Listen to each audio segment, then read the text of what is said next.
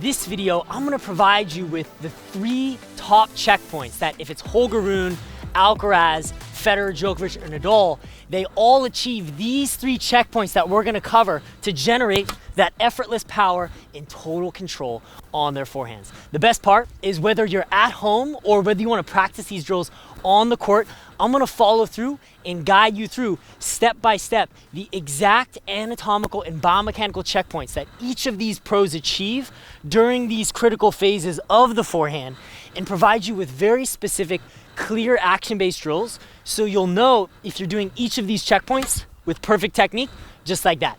So the first and most vital checkpoint for you to achieve is to create the perfect backswing position. If we go ahead and pull out Holger Rune, Alcaraz, and Federer, you'll see that they all achieve a virtually identical backswing position. This backswing position is the key for you to being able to feel and generate that amazing racket flip and that extraordinary power coming from your shoulder as you accelerate, going forward into the shot for that effortless pop, just like that. So here are the exact specific key checkpoints to focus on. The first is that with your right arm, you want to make sure that your right arm, by the end of your backswing position, is in line with your right hip, just like that. This is what's known as adduction and abduction. So you want to abduct your arm back to achieve that checkpoint on the right hip. The second checkpoint that you want to look for is that your wrist is going to be in a slightly extended position where the racket is going to be slightly above your hand and not in a flex position. Amazing checkpoint that you can look to achieve is simply if you just set your racket down and then pick it up, that's automatically going to give you that perfect level of wrist extension deflection. The final checkpoint to focus on achieving is to make sure that when the pros execute their backswing, number 1, we've covered it's in line with the right hip. Number 2, the wrist is going to be in that extended position with the racket parallel to the court surface. The third and final checkpoint is what every pro is going to do is they're going to create what's known as shoulder internal rotation of 45 degrees. This in essence just means that your racket is pointed at an angle towards that side fence. The key power of just achieving these 3 basic checkpoints is that now when you accelerate, what's going to happen is the racket is naturally going to create this massive flip action, which is caused by the wrist staying relaxed and you accelerating using your pec and shoulder going forward into the shot. So whether you're at home right now or want to practice on the court, here's the exact step-by-step drill to follow. So go ahead and grab some balls and focus on number 1, just achieving that key checkpoint of making sure your right arm's in line with your right hip, you're 45 degrees and your wrist is in extended position. From there, what you're gonna focus on is fluidly driving your legs, rotating your body, and then pulling your arm forward as you accelerate into the shot. From there, you're gonna immediately feel this amazing stretching sensation in your shoulder, which is then gonna translate into that massive force. So now that we've mastered and have a comprehensive drill and visual checkpoints for exactly how to achieve the perfect backswing position, let's now dive into exactly how you wanna accelerate. So my mistake and my problem, and it was so frustrating because even though I understood a little bit about technique, when I would accelerate, it felt like the harder I tried, the actual worse that I would perform. And it was just because I didn't understand this one critical concept that every single pro uses when they accelerate. And the key to focus on is after you've achieved that perfect backswing position, you want to focus on accelerating using 2 primary motions, just 2 simple motions. The first is what's known as the horizontal adduction of your hitting arm. This is basically just, is your arm traveling forward? And see, what's so powerful about this one motion alone is because your shoulder, actually, because it's a ball and socket joint, when I'm accelerating going forward, notice what shape that creates. Is you'll see that's creating a semicircle or an arc with a lot of simplicity, achieving the key backswing position, and then just focusing on making sure, number 1, that I'm adducting my arm forward. Automatically, by having a loose wrist, I'm gonna generate that flip because when I adduct, as you can see, my arm is actually going to travel away from my body. And if we look at all those top players again, whether it's Rune, Alcaraz, Federer, Djokovic, and Nadal, when they accelerate, the arm is going to be traveling away. And that away motion with a loose wrist gives you that deep flip, which then gives you that massive acceleration going forward into the shot, just like that. The second motion is, especially if you want to play with a lot of topspin, is the focus on creating what's known as shoulder flexion. This is the arm traveling up.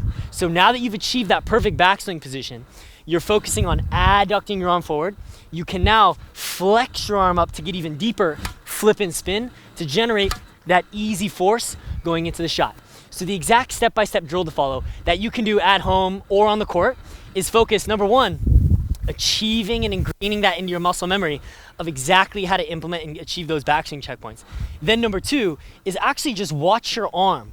Watch your arm stay straight with your wrist very relaxed, just accelerating by having your arm travel up and forward, up and forward. And one drill that I found to be extremely effective with a lot of my students is to have them accelerate up and forward, stop halfway through, and then from the remainder of this shot, to accelerate going forward. What this is going to train you to do is to focus on, rather than tightening and bending your arm in, using your wrist, using your forearm, to stay extremely relaxed and just focus on using the bigger muscles, accelerating away from the body and then forward into that contact point to follow through just like that. One final piece that's very, very helpful is as you're executing this acceleration, you want to focus on really feeling as much power come from your pec and from your shoulder and from your entire body. There's a key concept I created called the activation relaxation spectrum, which is one of the most counterintuitive things that really allowed me to break through on my learning journey with tennis, which is that your acceleration of your hitting arm, there's a spectrum of activation and relaxation. The muscles closer or more adjacent to the racket are the ones that should be more relaxed, versus the ones further away are the ones more activated. So put very simply, when you accelerate, do you want to have a tight or a loose wrist? Exactly, a loose wrist. And do you want to have a tight or a loose shoulder and pec muscle? And the answer is tight. You want to accelerate with those bigger muscles and keep the little muscles more relaxed. Not only giving you that effortless experience of amazing physical sensations, but also dramatically reducing your probability of getting injured because you're not overly tensing up those little muscles. So we've covered the backswing. We've covered comprehensive frameworks to give you for the acceleration. Let's now close with really the most important key element that's going to give you that really amazing physical sensation of control, effortless power, and a lot of strength on your forehand, and that's the optimal contact point.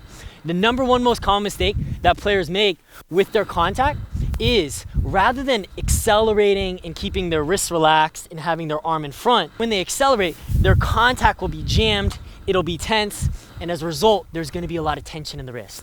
So in this final drill, piecing everything together, we're going to get you at that perfect 6 o'clock, 45-degree internal rotation wrist extension backswing position. You're going to focus on loosely accelerating up and away using your pec and shoulder. And then the last piece is with your contact, super key, is to make sure you're maintaining that extended wrist position.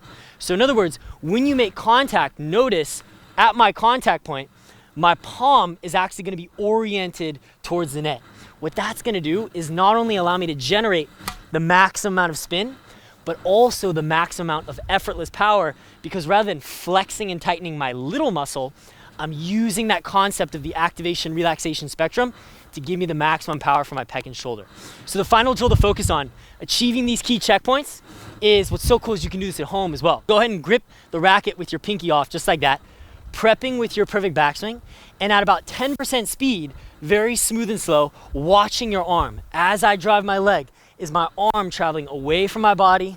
Do I feel a stretch in my shoulder? And am I staying very relaxed and loose? After you start feeling that, using that visual feedback of making sure you're achieving the checkpoint, you're getting that up and away, you're getting that wrist extension, you can then do more accelerated shadow swings if you're working at home or if you have a topspin pro, or if you're on the court, you can then start feeding yourself balls, focusing on the leg drive and the acceleration going forward, up and into the shot. Once you start feeling that in your muscle memory, then when you're in your rallies, what I'd highly encourage you to do is set up a camera filming yourself, and as you're playing with friends, just focus on that one key checkpoint of whichever one you're working on. Are you getting the proper backswing position? Are you accelerating more up and away? Or are you trying to improve your contact with that 45-degree angle in wrist extension? Just by following that consistent process, reviewing your footage, and maintaining that ambitious mindset of, yes, I'm gonna develop a world-class forehand technique through that process, it's going to happen for you. All right, world-class athlete, I hope you guys absolutely love this video. If you want to get access to all of my world's best, most comprehensive frameworks and follow along drills to develop your world-class forehand technique and give you the ability of just decimating forehands with that effortless power, I'd encourage you to click the link in the description. As always, it's my blessing and honor to be your coach. I'll see you on the next video. Let's go.